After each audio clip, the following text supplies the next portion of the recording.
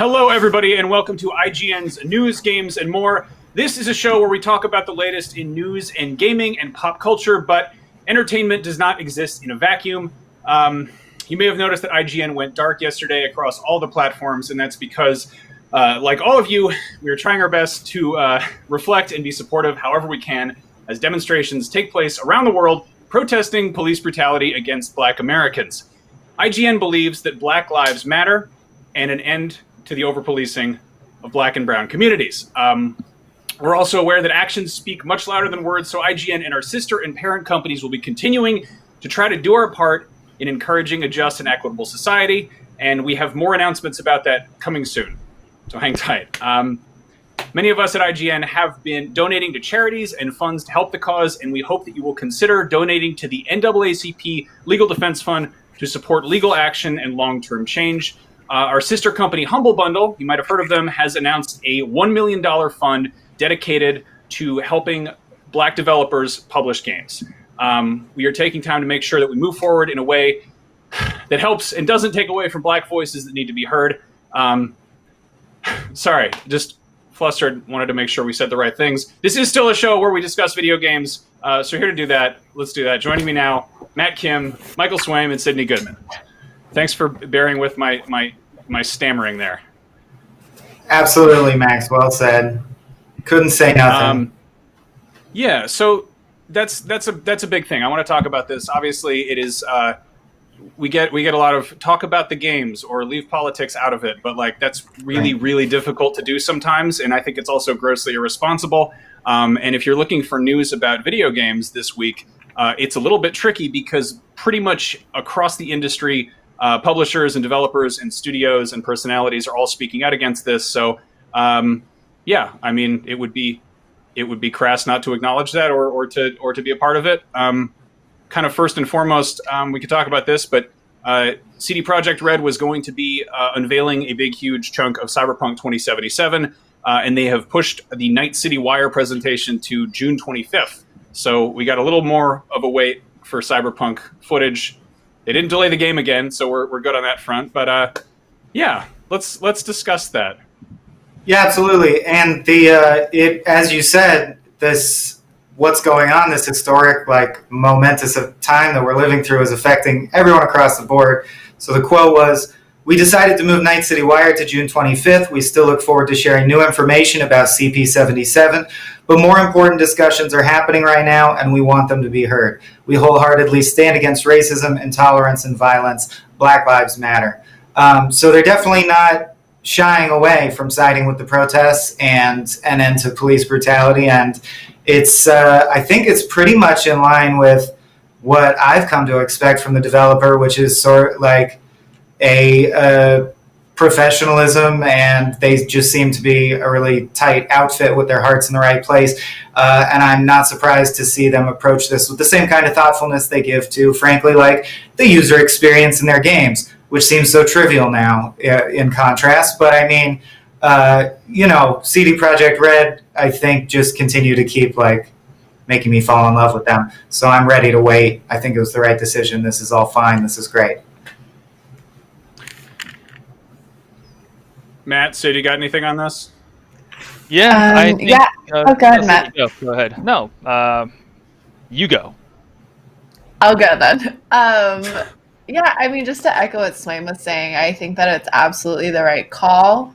I really appreciate that they were upfront with why they were doing this and didn't just kind of leave it up to your imagination or let you interpret, but they let us know why they're delaying things, and I think that's really important.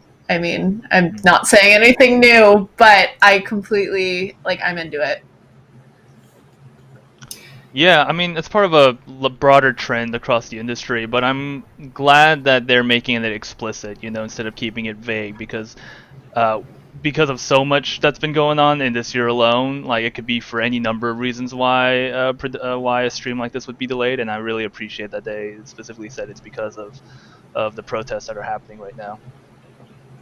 Right. Yeah, it's also, not. I want to. Yeah. Go ahead. I was gonna. We do see this thing. I was looking at the sort of the game subreddit and the PlayStation subreddit, and there was people were kind of aghast in the comments to see people who are upset about stuff like this getting delayed in favor of, actual events and being like, oh, come on, just show the game. And it's like, that's, I don't know, it's bad form. Also, I hate that we're showing a footage of a black dude getting punched in the face while we're saying this. That's also bad form. Okay, do we have other footage? Do we have the character creator or something we can show? Good God. Anyway, I was going to say, Cyberpunk, the role-playing game was created by a black dude, Mike Pondsmith. Before we got any look at this game, before we got any gameplay, any motion graphics, any cool sizzle trailers, we had a video of him, sitting on a folding chair at CD Projekt Red and being like, "Hey, I made this game a long time ago on paper, and these dudes who are making the Witcher game, they want to work with me on bringing it to life." And he's been there. He was hanging out at the E3 booth last year. So, I don't know. I think it's easy to sort of just be like, there's a faceless company that makes a game, but it's also like it's cyberpunk. It's about counterculture in the face of like fascist organizations, and this is like look outside your window, and it's like kind of, I feel like we're living in a cyberpunk dystopia, and this is definitely a fictionalized version of that. But it would be like just flabbergastingly tone deaf if they were like, yeah, we're going to go ahead and just talk about this stuff. So. It's a great point. I didn't even think about how like the product itself, if it were animate, would obviously make a similar statement. So CD Projekt Red is really just like doing honor to the intent of the game. It's about how kick-ass it is to be like an anarchist, a subversive figure in like a concrete neon hellscape. So it's pretty on point. Yeah, I mean their last trailer ended with Keanu Reeves being like, "Wake up, we got a city to burn," and now we've got like actually cities being burnt, and that's not really the kind of. I feel like that's another thing to navigate, but it's it's all pretty complicated. Anyway, let's talk about some of the other. Yeah, go ahead. So Matt, talk about some of the other. Oh yeah. Oh, I was just going to throw to Matt because he actually did the legwork as our ace reporter in the field and like gathered some information around some of the responses other developers have had, just so we could like get an overview of sort of what people have been doing in our sector of entertainment. Mm-hmm. As I mentioned, CD Projekt's announcement was not unique in the industry. A lot of the game companies that we're familiar with showed up this week to show support for the protests and against racism. A lot of big names: Sony, Microsoft, Nintendo, Bethesda, WB Games, Capcom, Bungie, all tweeted out in support of them. Some companies went. I don't want to say the extra step, but some other companies like also announced that they were pledging money for anti-racism charities and to promote Black communities. So Ubisoft, for example, pledged $100,000. Square Enix pledged $250,000. EA pledged $1 million. Lego, which sometimes works on video game stuff, licenses out for games, did $4 million in pledges. Niantic was a big one. They promised at a minimum $5 million will go towards half of which will go towards new creators and Black creators working in AR, and the other half will go towards establishing nonprofits, raising up awareness for these kinds of issues, and they're also matching employee contributions up to $50,000. So that rules. Yeah, it's yeah. And then we just found out like a few minutes before we went live, right, about the Infinity Ward thing, because it's, as you say, like this is a real, or I guess I'm saying it, this is a real stress test in a lot of ways, and you see some companies that just come out with like a black screen that says Black Lives Matter that has a history of mistreatment of Black communities or ignoring Black communities, and they immediately get dragged for it doesn't comport with, but so it's all about actions and following through. And it was an interesting back and forth with Infinity Ward. Call of Duty, they expressed support, and then players basically shot back, why are there so many racist usernames in the PvP environment? And it sounds like just as of like half an hour ago, is that right, Matt? They've announced that they hear that and they're going to redouble efforts to get rid of essentially racist usernames in Call of Duty. So that's now that's breaking, or whatever you would call it, developing. Breaking. Yeah, and it's just interesting how momentous this moment of and a press group trying to be heard is. It's just as mind-blowing. It filters into it's interesting to see us finally focus on this collectively, and I think it's going to be interesting to see how groups can carry that energy forward versus just letting this be a moment of collective mourning and then we move on. I don't think anyone wants that. I'm done. Yeah. And that's... Oh, sorry. Go ahead, Max. No, go ahead. God, I'm so tired of talking over these freaking things. Sydney, go ahead. I wish we could press a buzzer or something to indicate I would like to speak. Because I totally agree. It feels weird to keep stepping on each other. But yeah, to go back to the Infinity Ward thing, I think that's such a good step in the right direction in terms of lasting change and to impact the community. I mean, the Call of Duty community. I've been playing COD for a very long time, and racism is very prevalent. Just anecdotally, it's something that happens and is not. It's there when you're playing it, and it sucks. So it is really encouraging to see them do more and do something that is hopefully going to have their efforts span beyond just kind of this period of time. And as a Call of Duty fan, it's nice to see that. Yeah, I also I feel like you see people who are, they'll be like, oh, that's censorship. And it's no, it's not, because it's a private platform. And two, if you gave a shit about censorship or free speech, you'd be mad that there's reporters getting shot with rubber bullets and the people are being forbidden from gathering. But anyway, let's just, yeah, it's good. Mm-hmm. Also, on a weirder, sort of more, I guess, anecdotally funny note, Lego sent out this email to retailers asking them to sort of basically kind of not recall or pull from store shelves, I don't think, but to pull any marketing materials featuring excessive police sets. So there's a lot of Lego, I grew up playing with them, little cop cars and police helicopters and stuff, and they were just it's sort of a weird time for that. Let's just maybe just not have that in your store window or whatever. And was that did they do the same thing with the White House set? It was the Lego Architecture White House set, which is it's just so that feels like an Onion headline, but yeah, here we are. That's 2020 in a nutshell. You could be a bad enough president that Lego loses confidence in the White House. They don't want to present that as the face of Lego. Oh man. So let's get to the tiny. Oh no, I don't mean to rush us. Go ahead. No, you're totally fine because we've been talking about this for a while. But I feel I think somebody made a slight comment about people being bummed that whether it's Cyberpunk delaying the news, that's a game that we're all clearly very excited about. And it is a bummer that you have to wait a little bit longer. However, I think that I would take the time, if you're somebody who feels that, I would take the time to kind of think about why CD Projekt Red is pushing the news. And this is a game that obviously the developers are very excited to show people. They're not trying to punish us. And think about this developer that you're really excited to see the product of their creativity and kind of where their heart is at, and use that to catapult yourself into educating why they're making these decisions.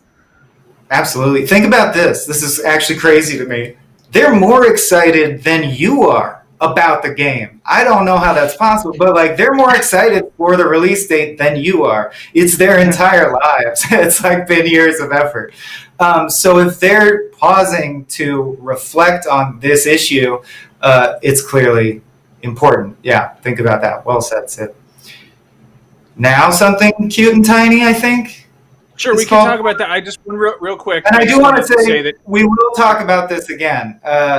We said we've been talking about this for a while. We'll talk about this more, but I mean, the show is also video games. Go ahead, Max. You had something on your mind. I was going to say I totally forgot this, but if you are watching on YouTube, you should see the donation module. So if you want to kick a few bucks to the NAACP Legal Defense Fund, you can do that. And it should also be in the description. Now, moving on to... Sorry, just wanted to say about the charity. We'll be pushing that in a bigger way, more and more continuously on this show. So this is just the beginning, but thank you to the folks who donated already. We already got some donations in. I'm done. Mm-hmm. No rules. So, yeah, as I was saying, that this year feels like just a nonstop montage of completely wacky Onion headlines. But here we are, and here's another one. one of the biggest pieces of gaming news this week is actually very small. And in honor of the 60th anniversary of Sega, they're making the Game Gear Micro. Everyone's favorite, well, second favorite handheld of the 90s is here in 4 miniature collectible Game Gear Micros, which have I kid you not, a 1-inch screen, so you can play. That's literally what remember. So you can play. Right? It's the size of a postage stamp. It's tiny. So this is rough. This will retail in Japan for 4,980 yen, which is about 40 or 50 bucks. It'll probably be 50 bucks stateside, I imagine. And it comes in 4 color schemes. Look at that. That's nonsense. It's so tiny. The screen is like the size of this thumbnail. So the D-pad, I can imagine my big fat thumb rolling around the D-pad and just treating it like a stick. I don't know how you're not pressing A and B simultaneously with every press. The controller is the real thing. But I mean, it can go on a keychain. How cool is that? I want one. I love it. I want to know the big thing that people mostly remember about the Game Gear, rather than the actual game library, is of course the battery life, which was you could use a Game Gear if you had 16 AA batteries you didn't want your dad using for anything. You could burn through those in an afternoon, no problem. That was just so. I hope this requires a lot of hearing aid batteries. Something special you got to buy in bulk from just pharmacy. Little tiny batteries. Yeah.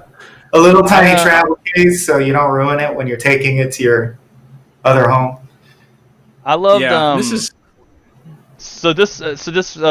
announcement was sort of rumored for a while. People were like, "Oh, Sega's going to announce something apparently big this week, right?" And the joke is on us because it's what they announced was something very, very small. But some of the rumors that surrounded this announcement were really outsized. I think the craziest one that kind of got the most publicity was there was a rumor that Sega was going to co-publish the Xbox Series X in Japan under the name Sega Series X because the Sega brand is stronger than Microsoft. I saw that thread. That's and everybody was just like, "What? No, that's what?" And then it's this tiny little Game Gear, Yeah, and it'll be easy to ship because the Earth is flat. Let me explain. Try it. I'm wondering, will it have a stateside release, or will this be a buy it over the internet only type of deal? Do we know that? We might not know. I don't know. I think I remember hearing that the Game Gear was not very popular in North America, and so that might actually incorporate into its potential worldwide release. Matt, I don't know what you're talking about. The Game Gear was so popular, it appeared in such hit films as Surf Ninjas and Jackie Chan's Rumble in the Bronx, where it didn't have a cartridge in it, but oh well. No, according to our headphone jack on it. Sorry, at the time of this writing, there will be no. I want to hang out with you guys in a room. We need a set. We need a set, man. We need those paddles they have at auctions to hold up and be like, "Oh, I would like to place my bid now." This is. There's been no confirmation of a Western release. That's all. They're not releasing it here. I'm sure you can buy it online. That's all. But there are 4 different colors that you can collect, and each one comes preloaded with 4 different games. So that's the other aspect people might not know is you're not buying tiny little games that are Tic-Tac sized and plugging them in. It comes with 4. And they vary based on the edition you get. So collect them all. This is a real choking hazard. Oh. Yeah, but I've always wanted to paddle thing. Sydney. Is it the full? Sydney. Thank you, Matt. Is it the full game, or is it bite-sized pieces of the game? Because do you remember in the early 2000s there was that really weird thing? It was like a boombox, and it came with these little cartridges, but it only played 30 seconds of the song that you put in there. Oh my god! Did it have gum inside it? Or no. It was only if you put gum in there. It was before MP3 players, but it was this little thing, and it had these little cartridges. They looked like DS cartridges, and you would put it in, and it'd be for Backstreet Boys or whatever. But it only played 30 seconds of that song. Of the song, that's right. The early 2000s or something. Yeah, something like that. What was it called? It was IROX. ironic? I think Maybe. he's right. I don't know. But my question is, are these the full-sized games in the Game Gear Micro, or is it just a level or two? They're full games as far as I'm aware. Well, that's good. But the drawback is there's only 4 pre-installed in each different color, and you don't get 4 different ones. So if you want the full library of Game Gear games, that's like what, $150 for all of them? That's ridiculous, and people will totally pay it. 160, yeah. I think it was called Hit Clips.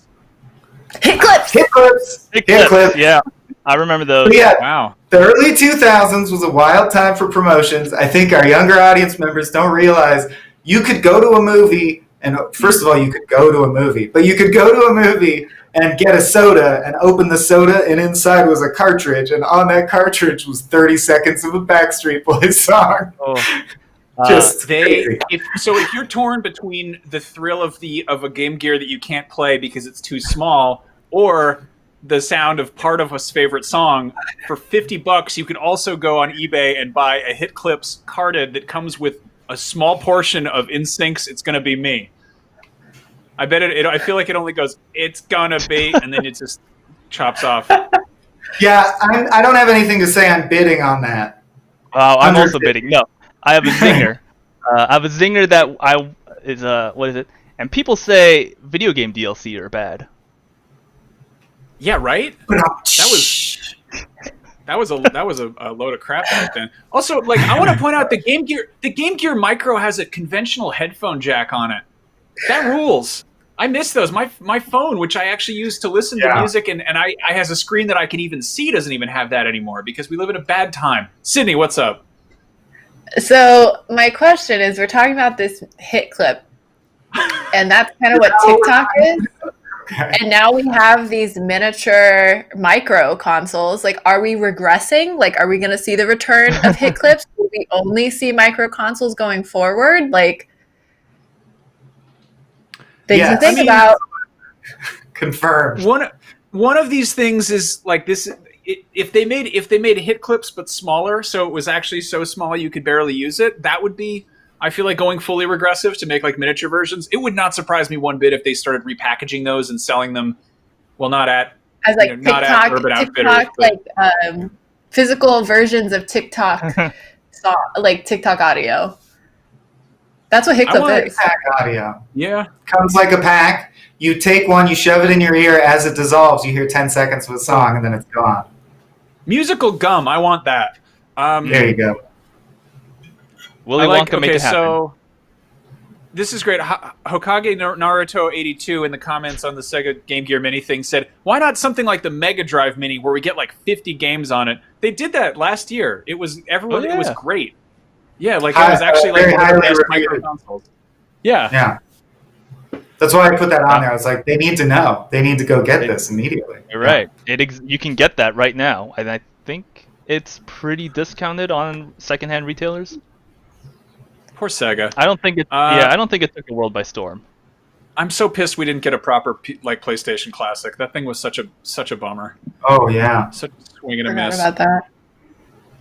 A lot of people did. Anyway, let's talk about the Avengers, the game that will never come out. This was a THQ version of the Avengers. This got teased a million years ago, and then they said they were working on an Avengers game, and it was going to be a first-person game where you played as different members of everyone's favorite, the Earth's Mightiest Heroes, and then THQ ran out of money and it got canceled. And footage popped up from an early build that was on a hard drive somewhere, and it's really weird to see it in action.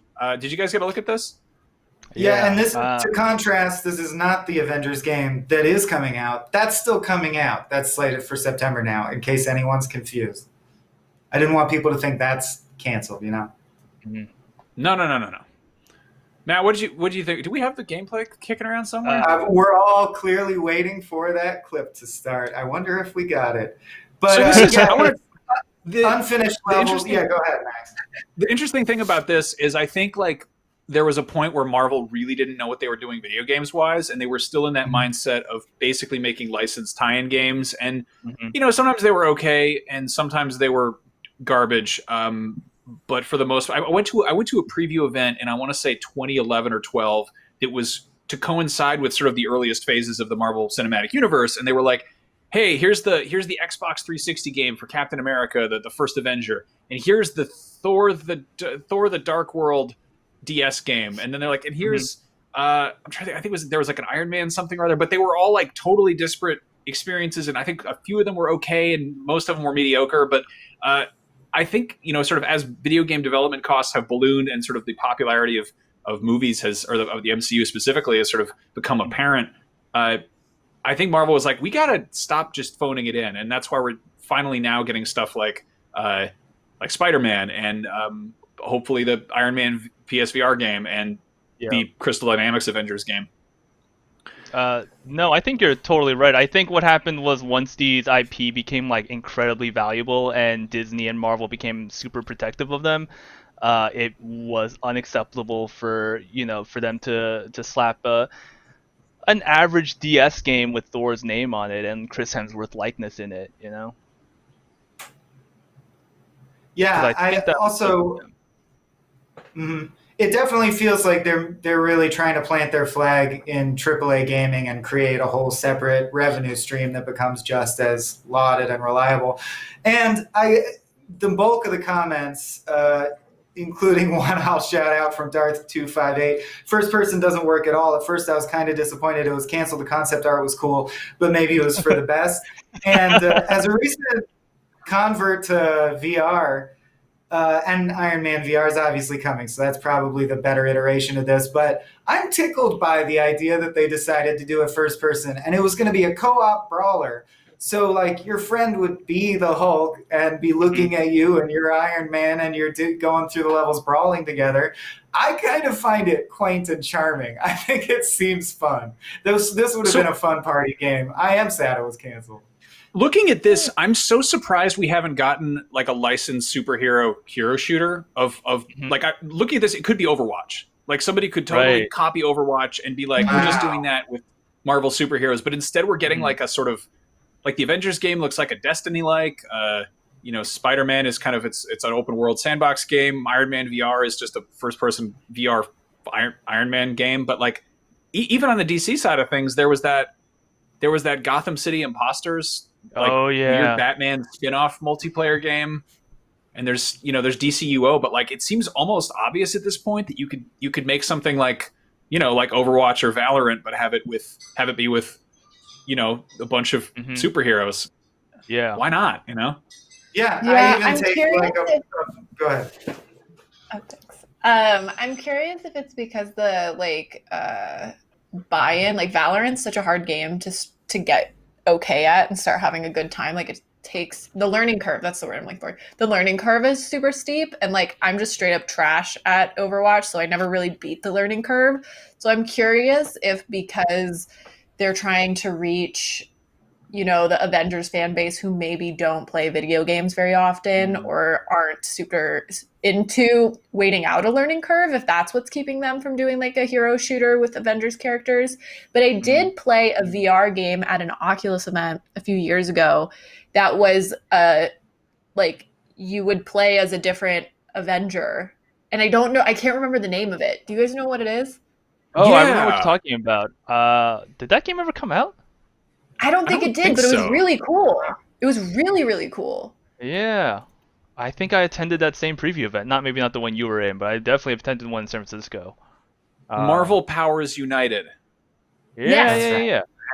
For VR and Oculus Rift. Did it come out? I don't...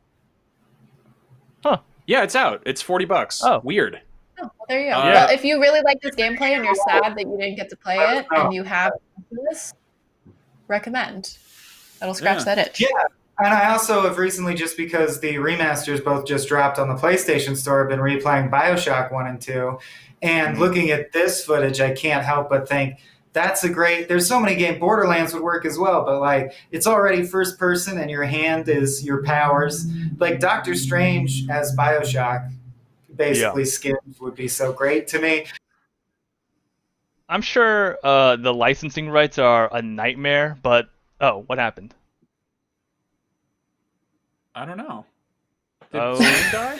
I think we lost Swain. Huh. Oh no! Swaim's camera died. He'll be back. Don't worry about His it. camera. It's fine. That's terrible. Oh. I love these. I love these well. like developer relics in this, where it's just a cube that says gem, and there's like these low poly scrolls running around.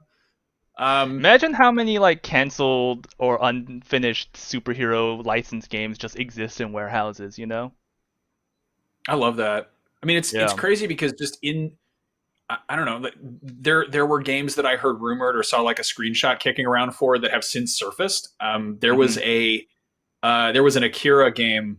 I bought a VHS tape of Akira from a thrift store a while ago, and this card fell out of it that was like coming soon to Super Nintendo and Sega Genesis Entertainment Systems, and I was like, how did I miss this? And I Googled it, and the only proof of it at the time was like 2 or 3 screenshots from like a picture from a magazine, which was like incredibly blurry. You could barely tell what the hell it was. And then a couple years ago, this random VHS tape showed up that was somebody at Consumer Electronics Show filming a CRT TV that was playing a demo of this game. So like that game exists out there somewhere on a cartridge or something. But like, I don't know, it just blows my mind that it's like that managed to surface. It never came out though.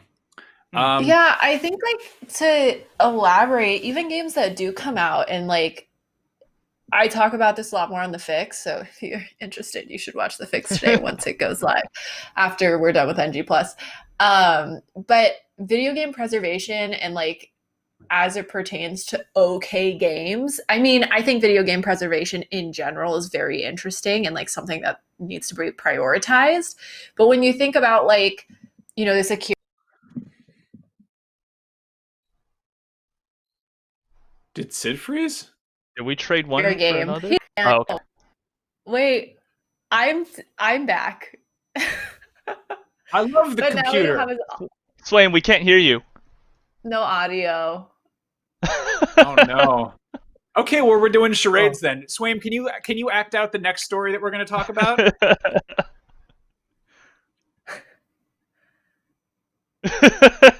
Okay, so it's a zombie game. It's a sad okay, so it's The Last of Us. Okay, Last of Us Part 2.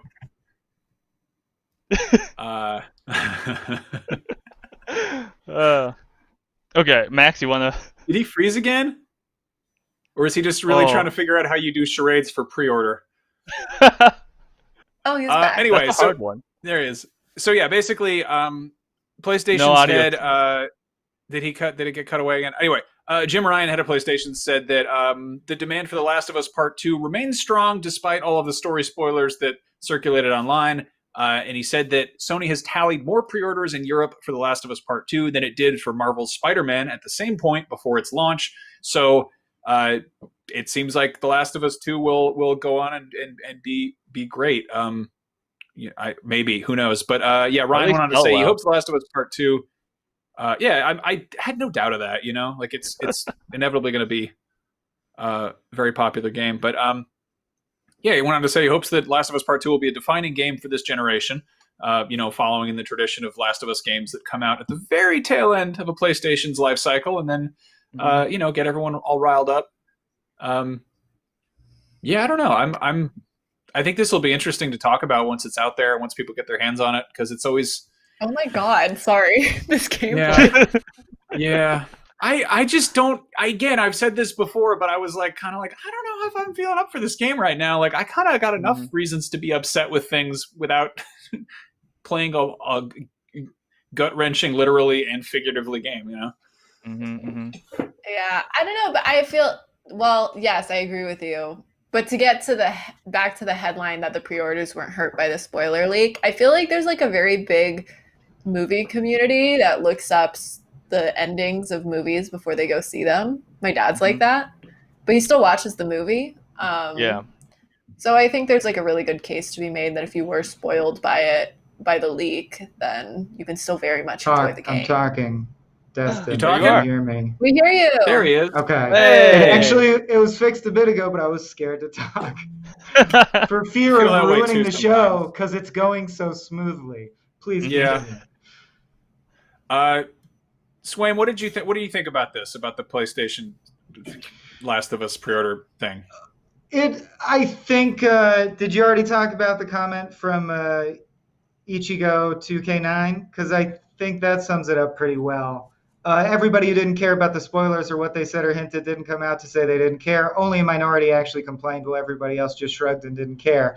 And that's an oversimplification. I think, obviously, people who really care are now going to be very upset with me for saying that that they're a vocal minority. But I got to be honest, I do think it's a vocal minority, and I think all the blowback was so vitriolic and hateful, honestly, that people feel like, my God, this army of trolls surely will wreck this game. And it's obvious to me that it's like it's like a Captain Marvel situation where it will probably break all kinds of records, and all the majority of people who are fine with storytellers telling the story they want to tell will play it and be like, yep, that was that game. I had my experience with that game, moving on with life.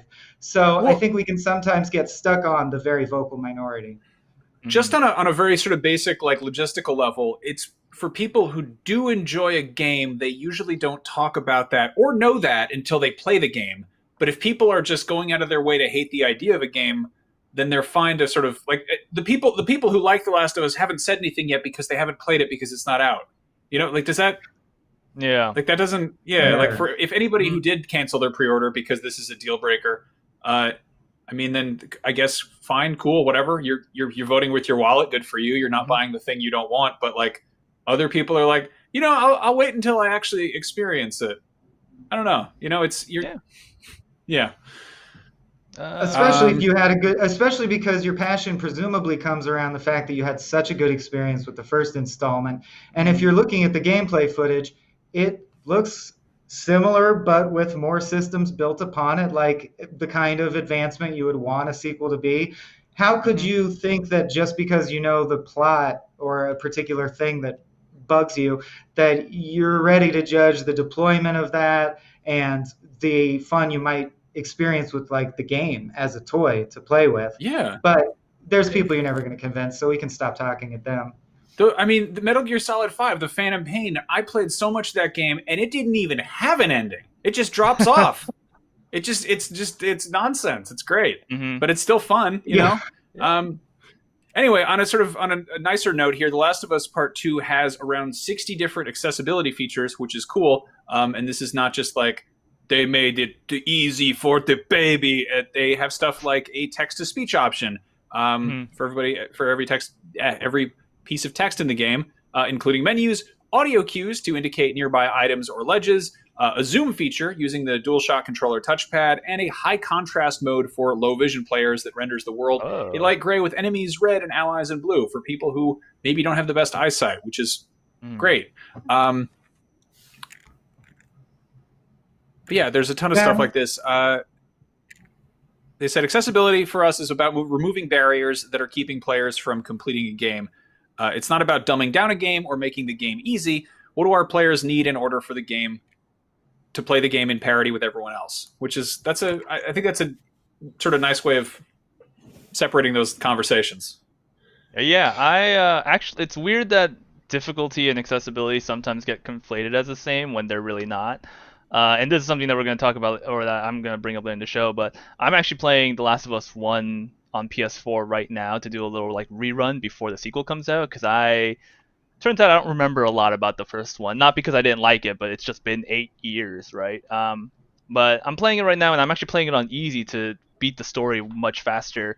And I found that their version of easy difficulty is actually not enemy based. Like, the enemies are still hard, they just give you more resources to fight them. And so that's like, just because a game is played on easy doesn't actually make it, easy in that kind of conventional sense. Wazid Naeem asks, what about colorblind people like myself?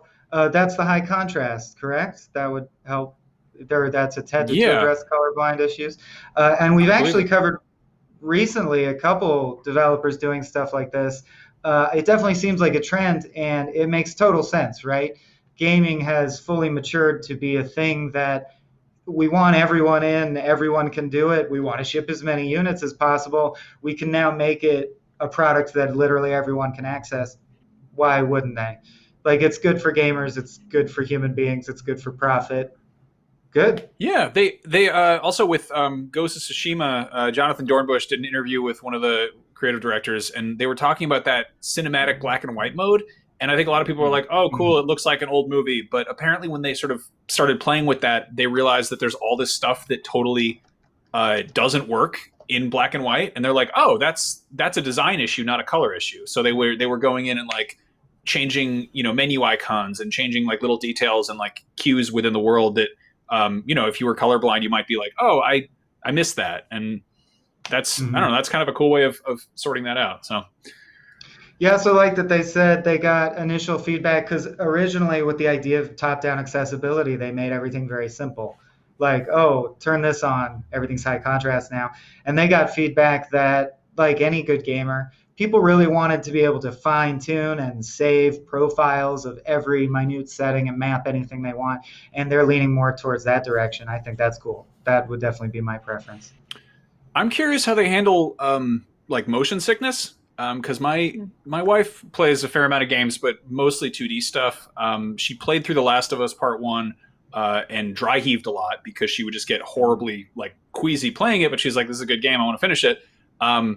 And I'm wondering, like, I don't even know what it is that causes that. I don't know if it's frame rate or if it's the colors on the screen or if it's, depth of field.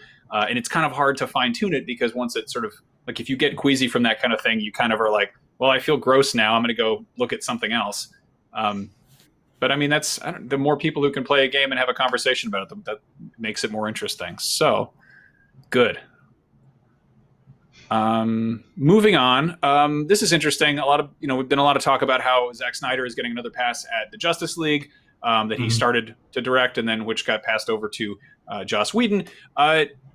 The Wonder Woman director Patty Jenkins was doing an interview and revealed that at one point she was offered the chance to direct a Justice League movie, but she ultimately decided to turn it down. She said, "I love comics, but I've come to superheroes through films. There is in me this desire to emulate, compared to the movies I saw as a child, a certain spirit that reigned in those times. Is that relevant when I shoot? I don't know. The point is, unlike other directors, I don't really care about shared universes, continuity, and that kind of detail. I've been contacted to make a Justice League movie in the past, and it doesn't connect to me. Too many characters." This is fascinating because we talk about comic book movies a lot, and I think there's always sort of different perspectives at play here, where some people are like, "Oh, they adapted the comic book perfectly," and other people are like, "They made a bad movie in the process," and some people are like, "I don't know anything about either of those things, but I had fun." So it's cool to hear her kind of like identifying that, like, I come through this through films, Yeah. Swaim, you got any thoughts on this?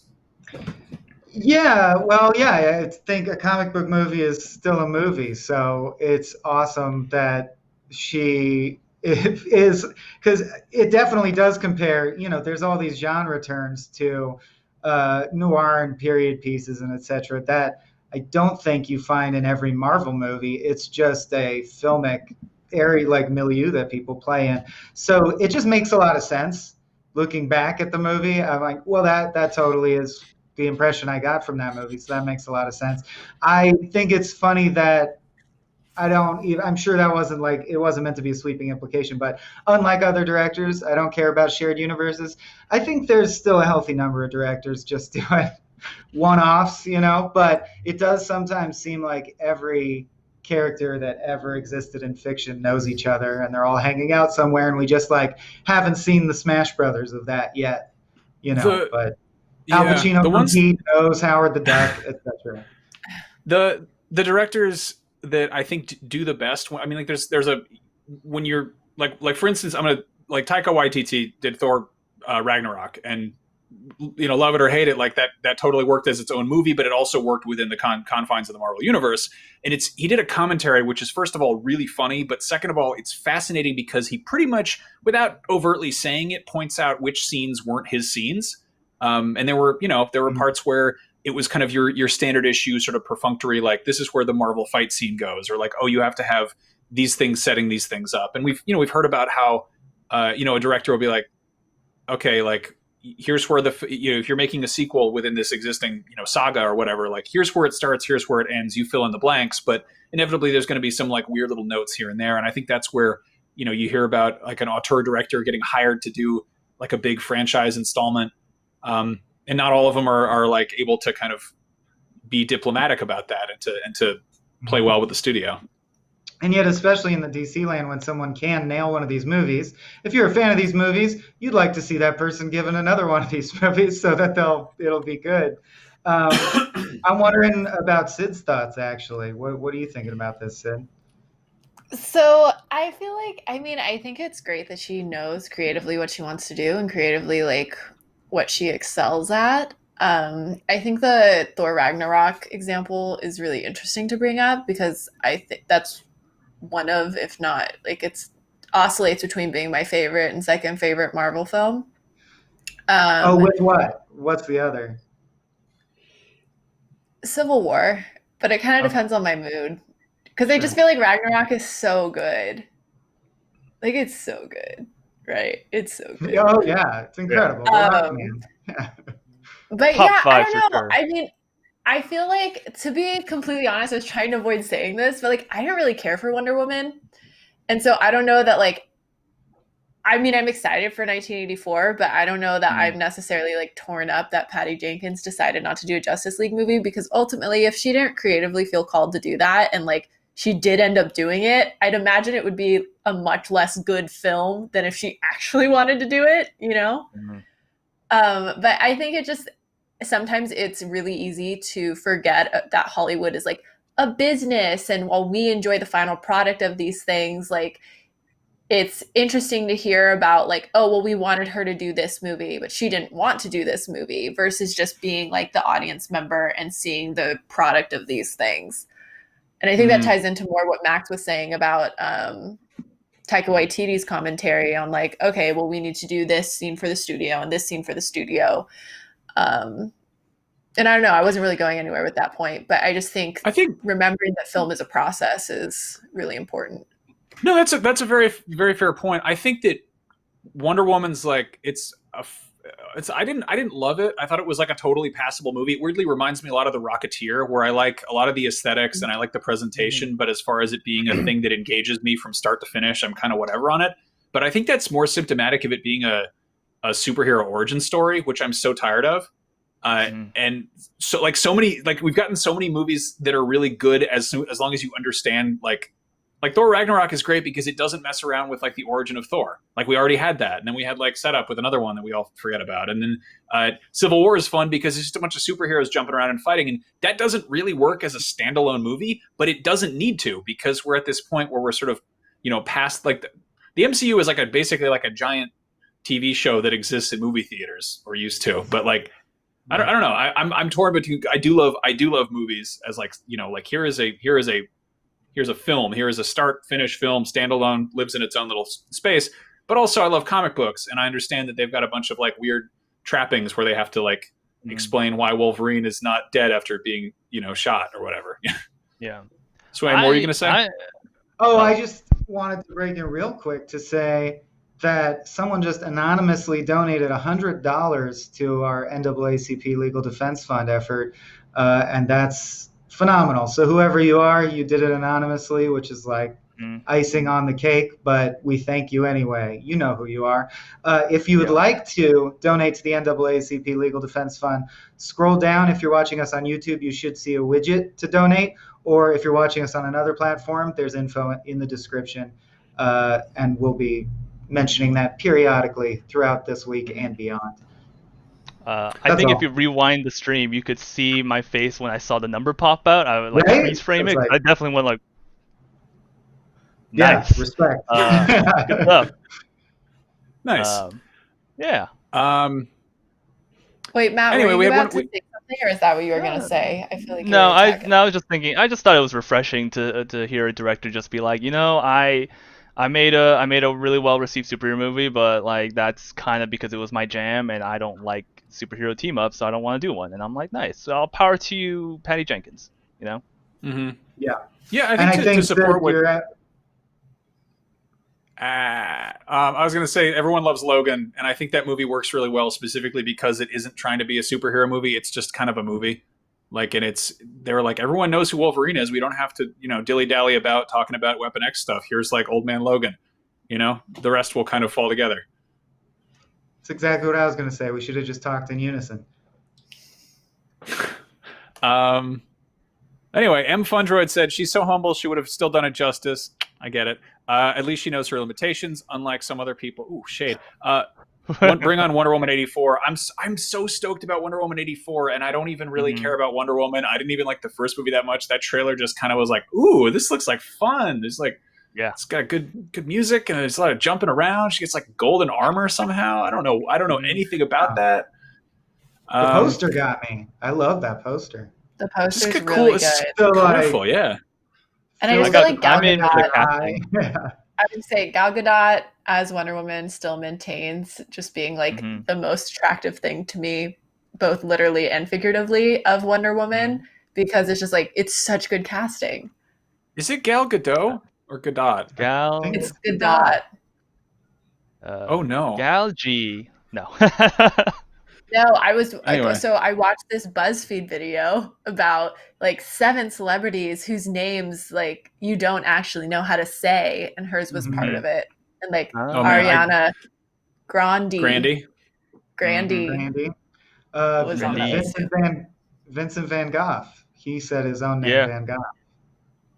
Interesting. I think one of my favorites is that like the Studio Ghibli conversation. Like, there's really no right way because it's a made up word that was Japanese but meant to sound European. So it's like there's I think with the Vincent Van Gogh thing, you can only really say it if you have like that regional accent properly. That was like this one time in high school when Bon Iver started becoming popular, and I was like, I love Bon Iver. And this woman, I guess she was a teenager, this child turned around and was like, it's Bon Iver.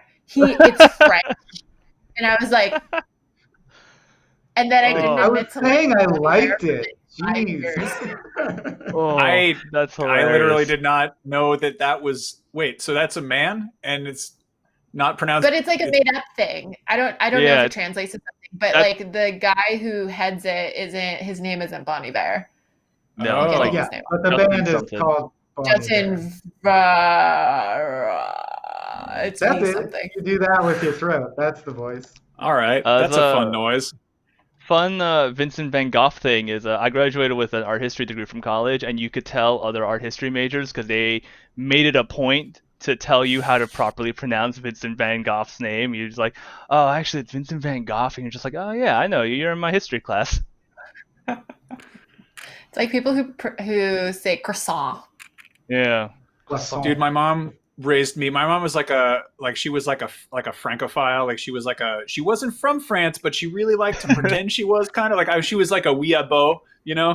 But she would always be like, she'd be like, le croissant. Like we'd go to like Starbucks. She'd be like, I'll have one croissant. And I'd just be like, And I can't, it feels unnatural for me to be like, yeah, let me get a croissant or like a croissantwich. You know, it's like, I got to say it. Wait, so how would you order it?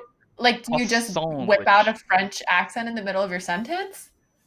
Yeah. She did this messed me up. She would intentionally mispronounce, or she'd do like the sort of the French pronunciation of things. So she'd be like, Microsoft. And I'm like, no, it's Microsoft. It's not.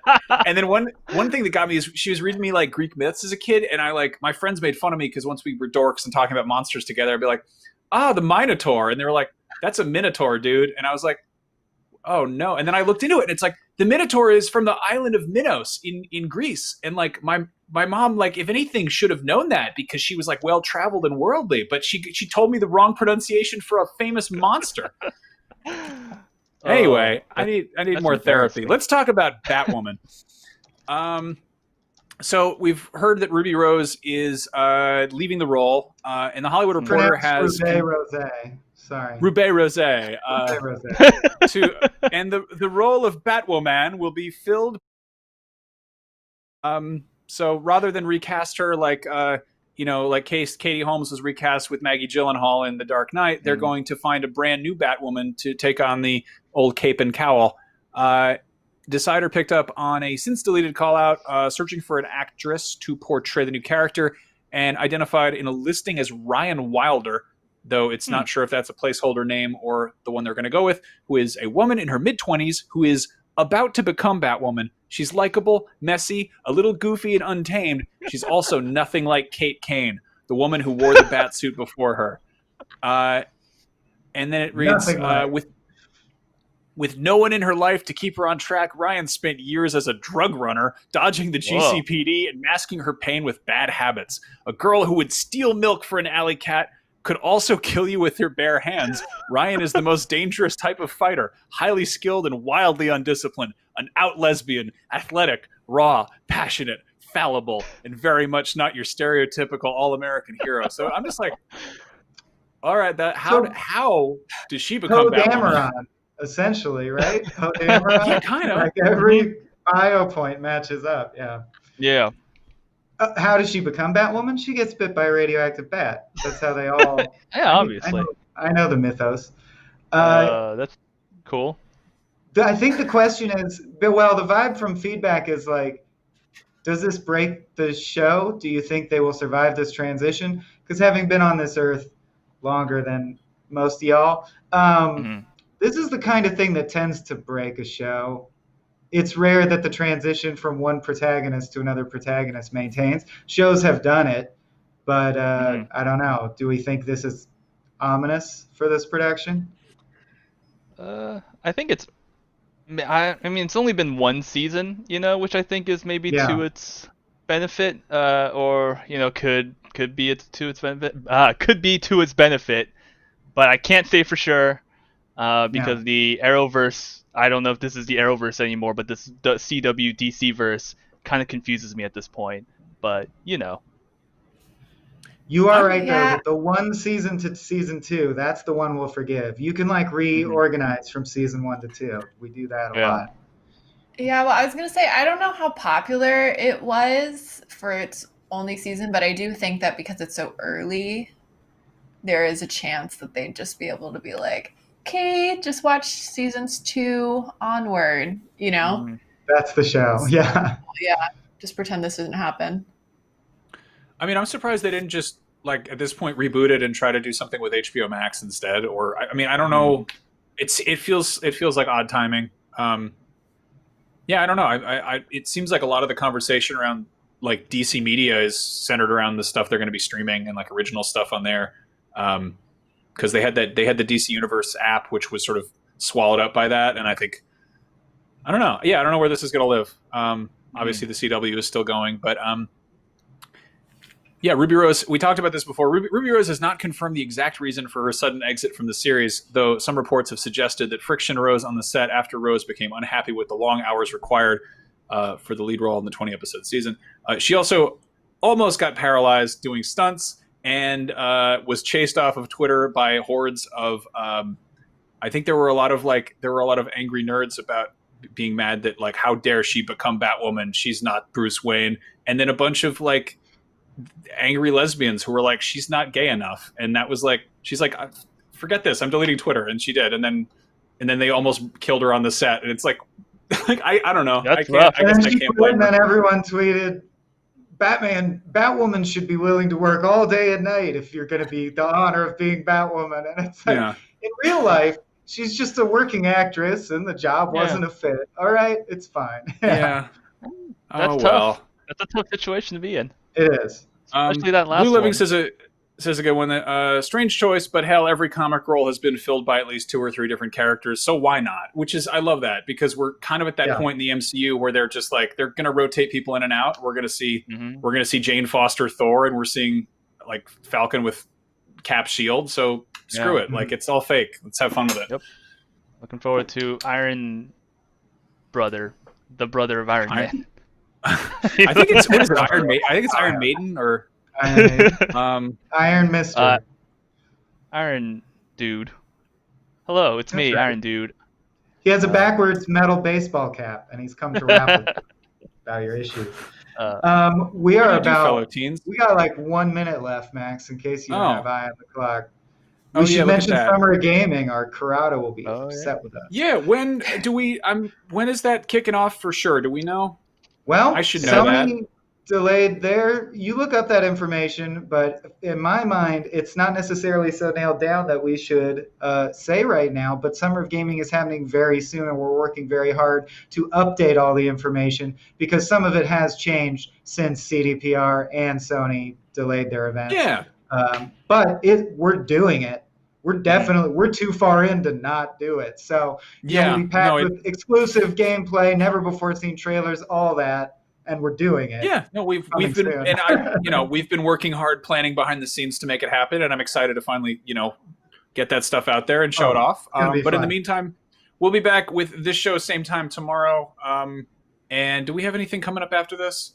I don't think so. Unless it's you don't have an up at noon, so I don't think so. No, man, it's Wednesday. Yeah, thanks to everyone who donated. About Summer of Gaming. Yeah, thank you for donating again. Yeah, I think we have the link on the screen. It should be on YouTube as well. Keep it there going. We go. Cool. And from all of us here at IGN, we hope you are, staying safe and taking good care of yourself. And hopefully everything is just doing okay at your end. It's been a year. Thank you all for joining us. All of you on the screen. I don't even know where I'm looking. These people over here, you guys, right there. Mm-hmm. Thank you for hanging out with me. We'll see you tomorrow.